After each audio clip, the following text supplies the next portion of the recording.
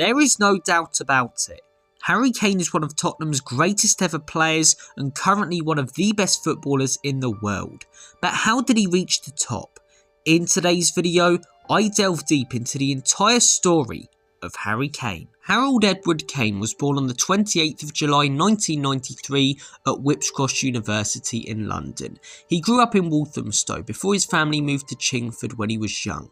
Kane attended Larkswood Primary Academy until 2004, followed by Chingford Foundation School, also attended by David Beckham. He played football from a young age, joining a local club in Walthamstow named Ridgeway Rovers when he was 6 in 1999. Kane talked about football in his family.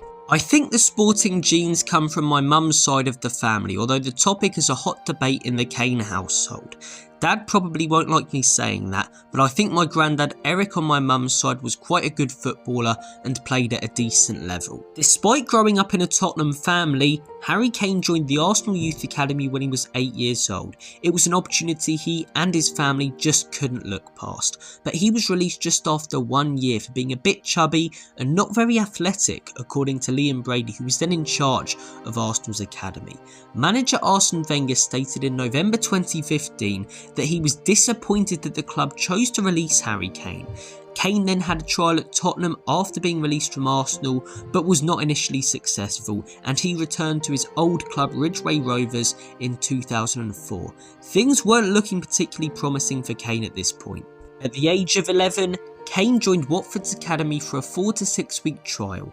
This was huge for his career at such an early point, and Kane stepped up. This led to Tottenham bringing him back into their academy, and he started out at the club as a midfielder, initially in a holding position. When Kane returned to the Lily Whites, he didn't particularly stand out. He was neither big nor quick, but those who worked with him recognised his constant desire to improve various aspects of his game. He had a work rate that was unmatched in the academy at the time. A couple of years after joining, he had a large growth spurt that made him much taller and physically stronger. In the 2008-09 season, he played in the under-16 side that competed in the Copa Chivas tournament in Mexico and the Bellinzona tournament in Switzerland, scoring 3 goals. On his 16th birthday in July of 2009, Kane signed a scholarship contract with Tottenham. In the following season, Kane played 22 times for Tottenham's under-18s, scoring 18 goals and impressing many. Kane appeared on the first team bench twice during the 2009-10 season. Both matches were in home domestic cup victories, one against Everton and the other against Bolton Wanderers. He was continuously improving as a football player, and his career was only going in one direction. Kane signed his first professional contract with Tottenham in July of 2010. The then under-21 coach and legend Tim Sherwood believed that Kane could benefit from a loan spell, and on the 7th of January 2011, Kane moved to Leyton Orient on loan until the end of the season. Manager Russell Slade was extremely happy with his arrival and said, "I'm sure he will have an impact with us over the coming months." He made his first team debut for Orient on the 15th of January, coming on as a substitute for Scott McLeish in the 73rd minute of a 1-1 draw away to Rochdale. Following on from his great performance as a substitute, Kane earned his first start for Leyton Orient against Sheffield Wednesday, and in this game he scored his first goal for the club. Manager Slade said that he was delighted that Kane scored his first goal and that he was very impressed with his performance. Over the following months, Kane was a fringe player for Orient. He ended the season scoring 5 goals in 18 games and returned to Tottenham. His time with the O's had given him valuable experience of how physical English football can be and what it's like to play multiple games a week. On the 25th of August 2011, Kane made his first appearance for Tottenham, starting in the second leg of their Europa League qualification round against Hearts, with Tottenham making changes after winning the first leg 5-0. His debut was a goalless match, although he won a penalty after being fouled by goalkeeper Jamie McDonald, who then saved the penalty which Kane took himself. It wasn't the best start, but he went on to make 6 appearances in the Europa League that season and scored his first Tottenham goal in the 4-0 win away to Shamrock Rovers on the 15th of December 2011. Aside from his goal against Shamrock Rovers, Kane wasn't pulling up any trees with Tottenham, and there was no excitement around the young striker. On the 29th of December, Kane and Tottenham teammate Ryan Mason agreed to join Championship club Millwall on loan from the 1st of January until the end of the season. After making his debut against Bristol City, manager Kenny Jackett said that he had a very good debut but was unlucky not to score. He also said that Kane would be a good addition for the club in the second half of the season. Kane went on to score 7 goals in the final 14 matches, a better record than the one he had at Leyton Orient. At the end of the season, Kane was named Millwall's Young Player of the Year for 2011-12. His run of goals scored towards the end of the season had been credited with helping to raise Millwall up the table and keep them away from relegation. His spell at Millwall led to him getting game time in Tottenham's pre-season, and he impressed for the first time with the Lily Whites first team, scoring a hat-trick in a 6-0 away win against Southend United on the 10th of August 2012. On the 18th of August, Kane made his Premier League debut for Tottenham against Newcastle United. It was a massive moment for the youngster and his family. He came on in the 86th minute as a substitute for Sandro, and Tottenham lost this game 2-1, but it shows the confidence the club had in him, that when they were looking for a goal, he was the man that they turned to. On the 31st of August, Kane joined Premier League team Norwich City on a season-long loan.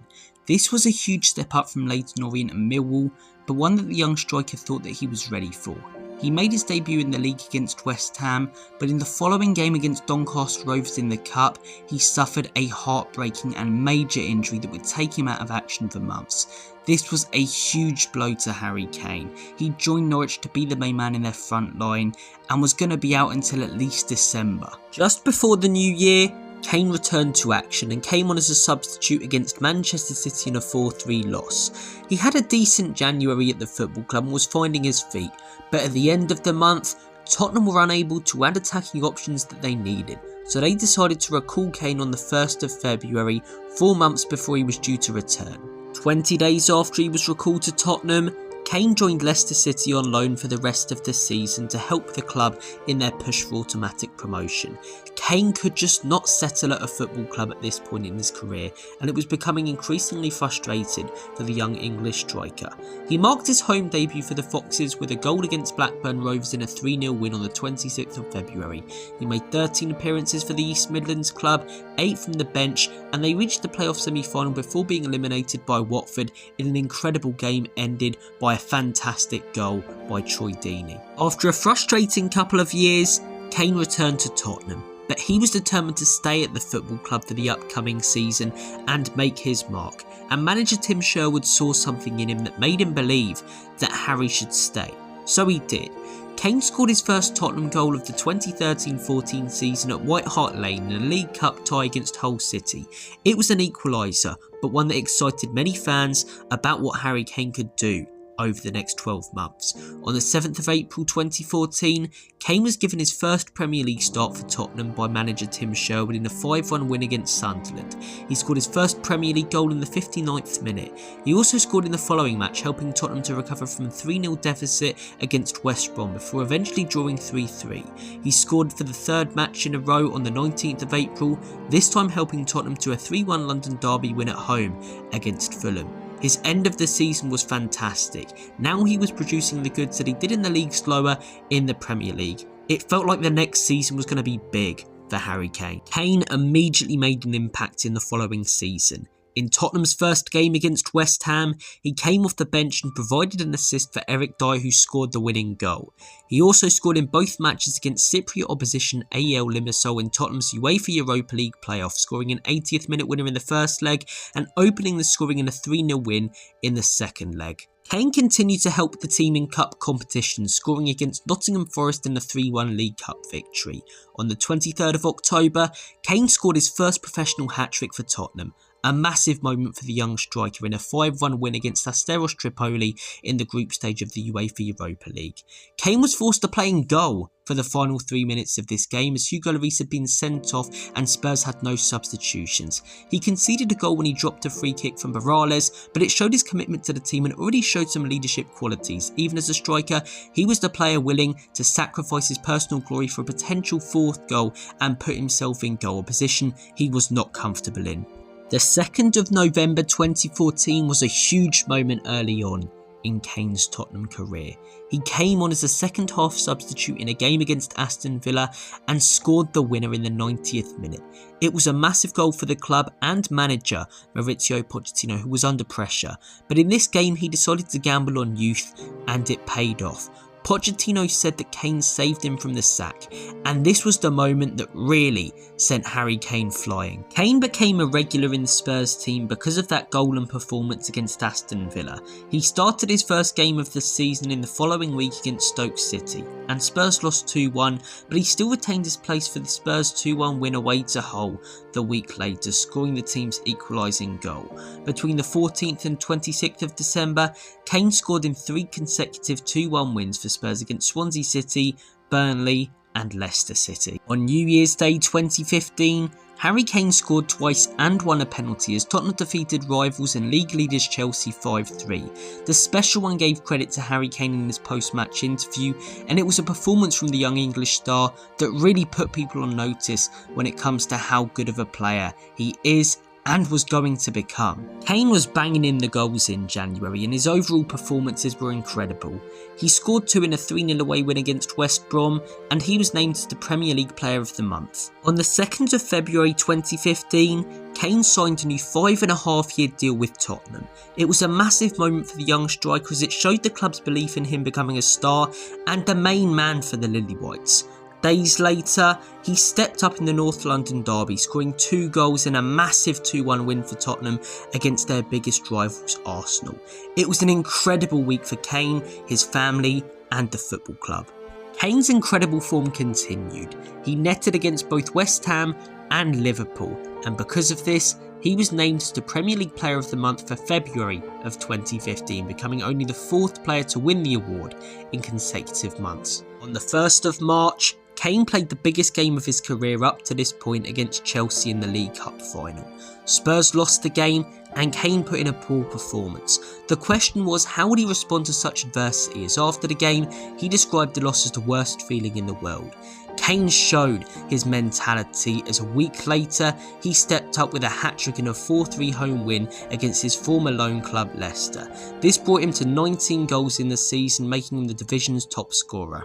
On the 5th of April, due to his performances throughout the season, Kane captained Tottenham for the first time in a 0-0 draw with Burnley at Turf Moor.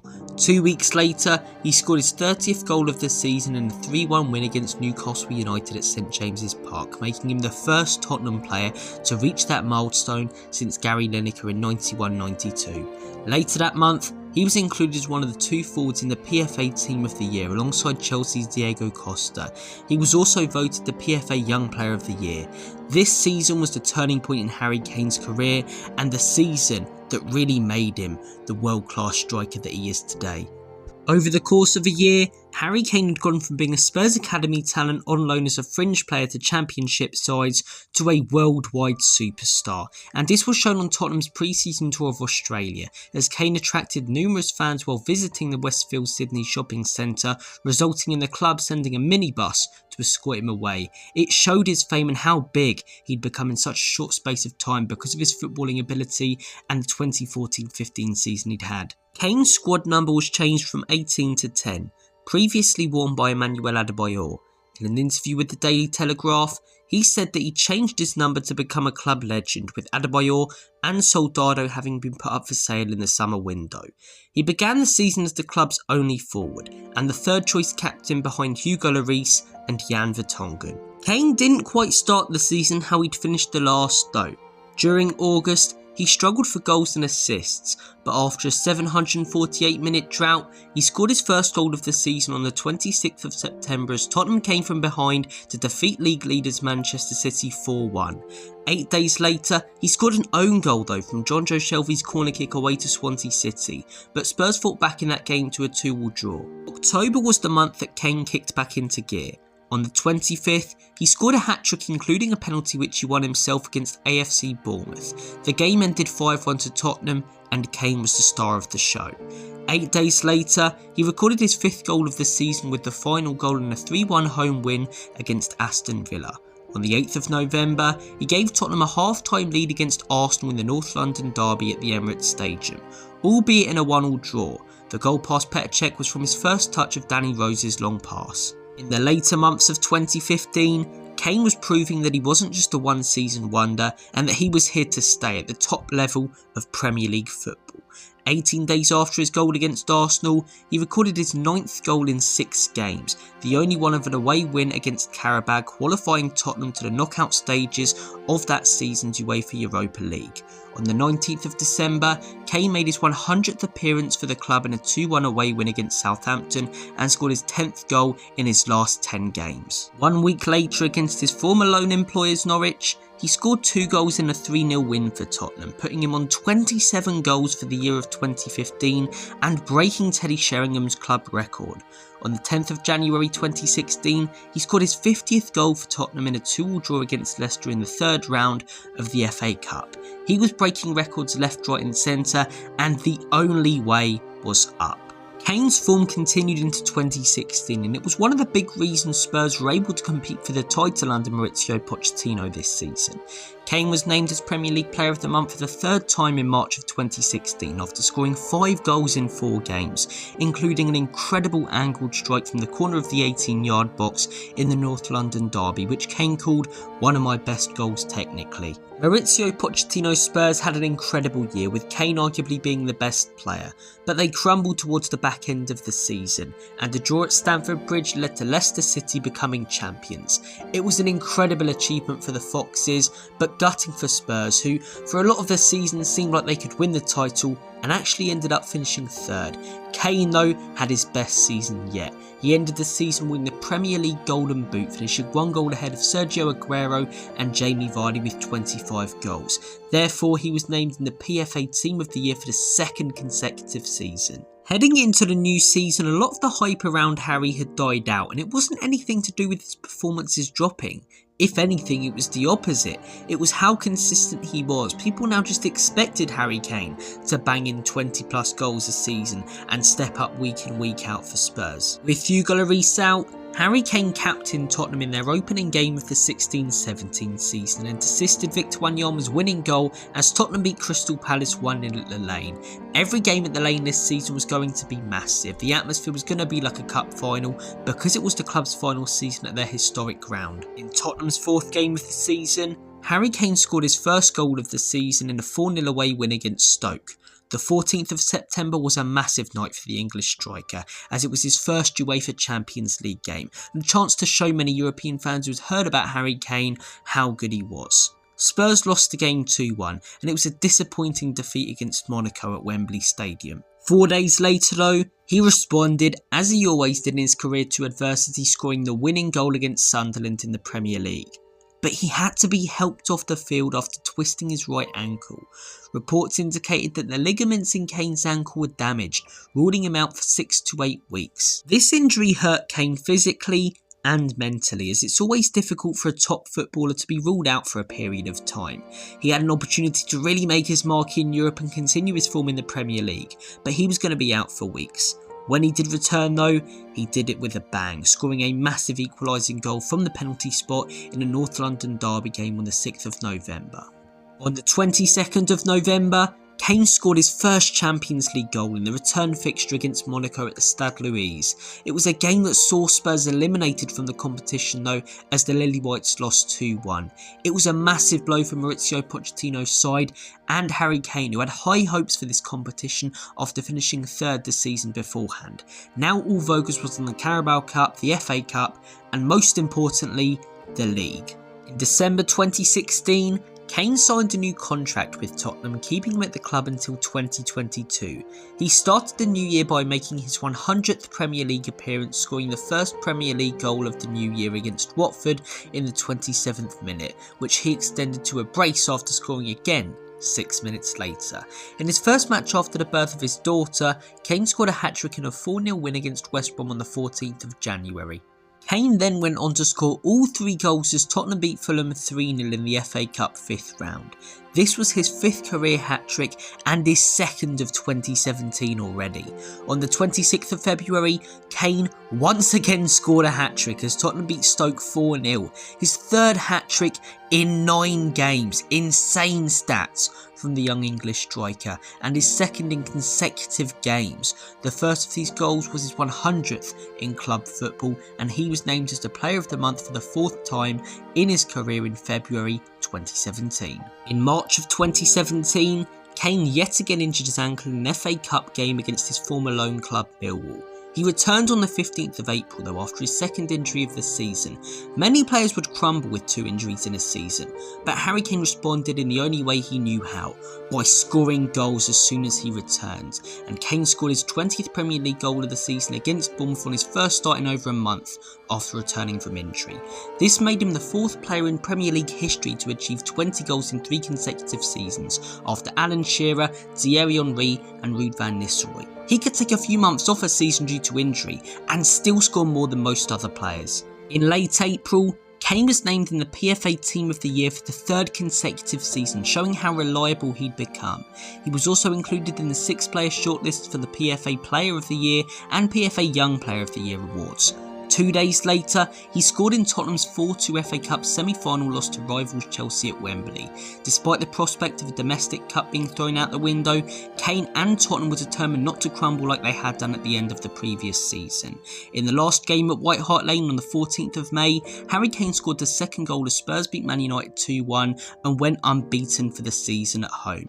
With 2 games remaining of the season though, he stood on 22 goals, 2 fewer than Romelu Lukaku, but Kane was determined and driven to win that golden boot. With a combined 7 goals in his last 2 games, a 6-1 win over reigning champions Leicester and a 7-1 win against Hull, Kane finished as the top scorer of the Premier League with 29 goals and thus won his 2nd consecutive golden boot, becoming only the 5th player to do so. He was continuously breaking records, and the end of this season was special for Harry Kane. Kane started the following season slowly as he had done the last few and failed to find the back of the net in Tottenham's first 3 games. But not to worry, he scored a brace in 3 of the next 4 appearances he made for the club across all competitions. His opening goal against Everton on the 9th of September was his 100th overall for the club, coming in his 169th appearance, an incredible record. On the 26th of September, Kane scored his first UEFA Champions League hat-trick in a 3-0 group stage win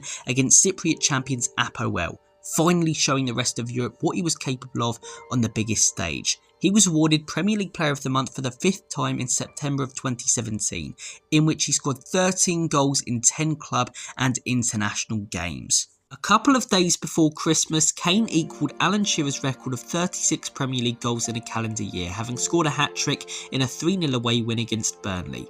He then surpassed Shearer's record the following game with yet another hat-trick in a 5-2 home win for Tottenham against Southampton, ending the year with an outstanding 39 Premier League goals, the highest in history at this point. This hat-trick, that was also his 6th of the year in the Premier League, 8 in all competitions, made him the first player in Premier League history to score 6 hat-tricks in a year, with a total of 56 goals scored in all competitions for 2017. He also became Europe's top goal scorer of 2017, breaking the 7-year dominance of Lionel Messi and Cristiano Ronaldo. These are the type of players that Harry Kane was in the same bracket as. Kane started the new year with a bang. He scored twice in Tottenham's 4-0 home win against Everton and become Tottenham's top goal scorer in the Premier League era, breaking Teddy Sheringham's record of 97 league goals for the club. On the 4th of February, Kane scored an added time penalty to equalise in a 2-2 draw with Liverpool at Anfield for his 100th Premier League goal. He achieved a century of league goals in 141 games, beaten only by Alan Shearer's 124.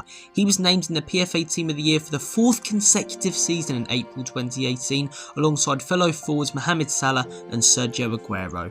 After another successful season for Kane and another top 4 finish for Tottenham, he signed a new contract that would keep him at the club until 2024. The only thing that was missing right now was some silverware in the cabinet, and Kane targeted the top 2 prizes possible: the Premier League and, even bigger, the Champions League. The 18-19 season started better than many others had done for Harry Kane.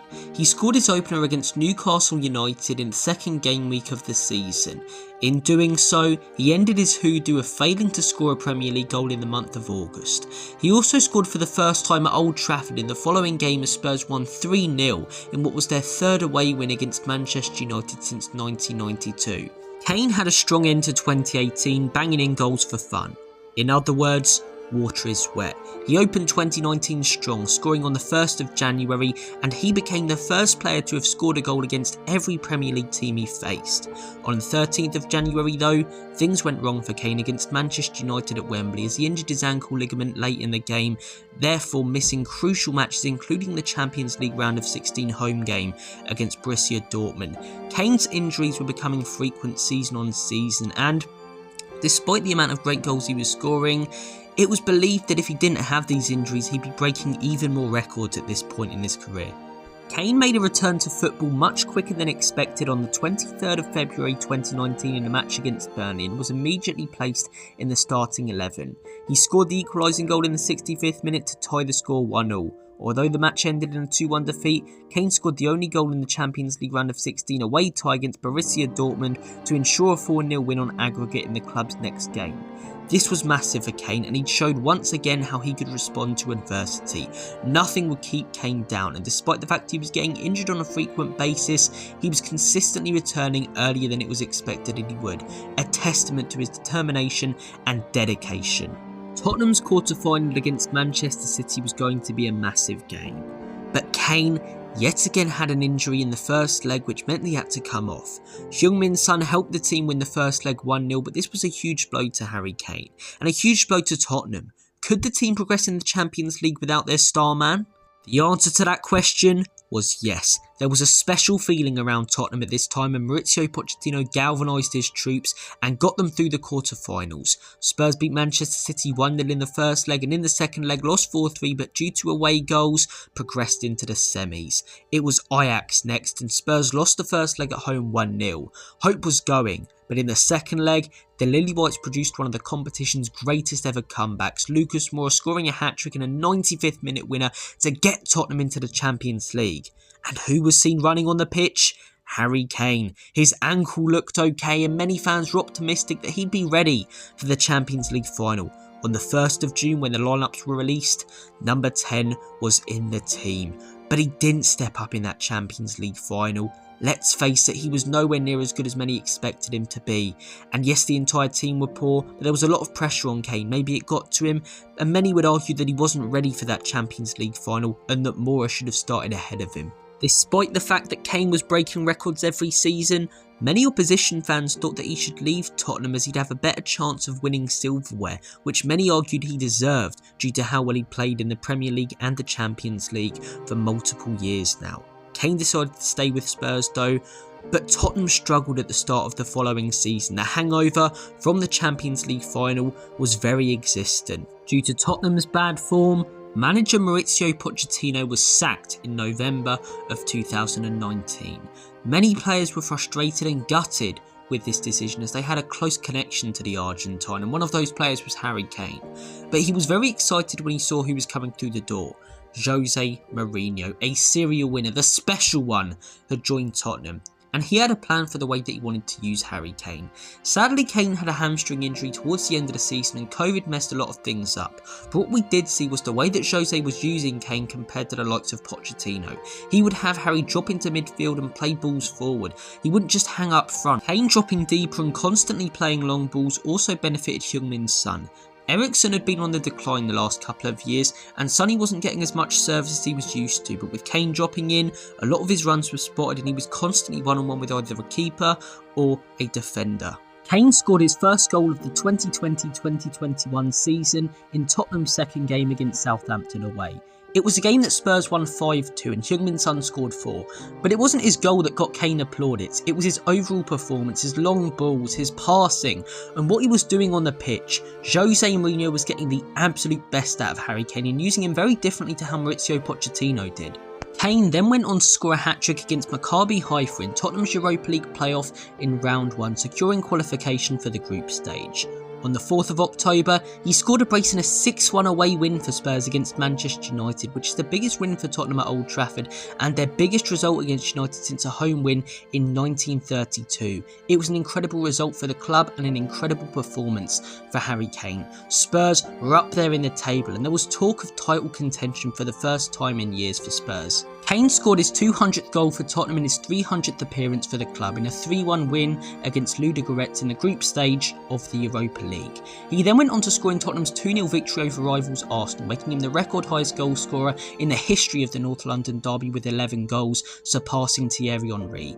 It was also Kane's 100th home goal for Tottenham in all competitions and his 250th career goal for club and country. He was getting closer and closer to Jimmy Greaves' record of highest goal scorer at the club.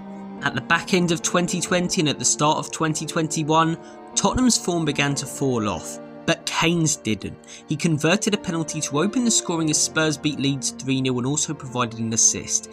This brought Kane's goal and assist tally to 10, making him the first player in Europe's top 5 leagues to reach double digits for goals and assists in the 2020-2021 season. On the 7th of March, he scored a brace against Crystal Palace in a 4-1 win. The last goal was assisted by Heung-min Son, and this, their 14th combined goal effort whereby one assisted another, set a record for the most goal combinations in a Premier League season. Both were on fire and worked so well together. On the 23rd of May, in Kane's last game of the season for Spurs, he scored a goal in a 4-2 win over Leicester to reach his 23rd goal of the season, and this led to him winning his 3rd Golden Boot award in his career.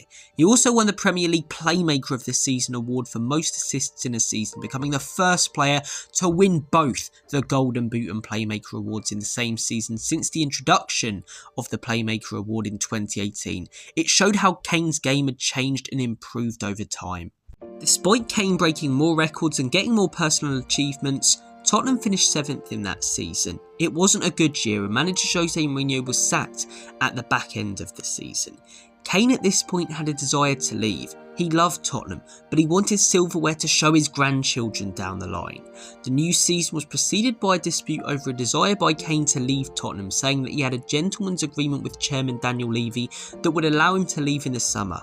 But the agreement was not honoured, and Levy rejected the interest expressed by Manchester City for Kane's services, including £127 million transfer bid.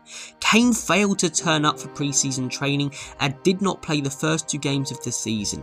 It was weird to see someone as professional as Kane make these kind of decisions, but it showed how much he wanted to leave and how he felt he'd been screwed out of a chance to.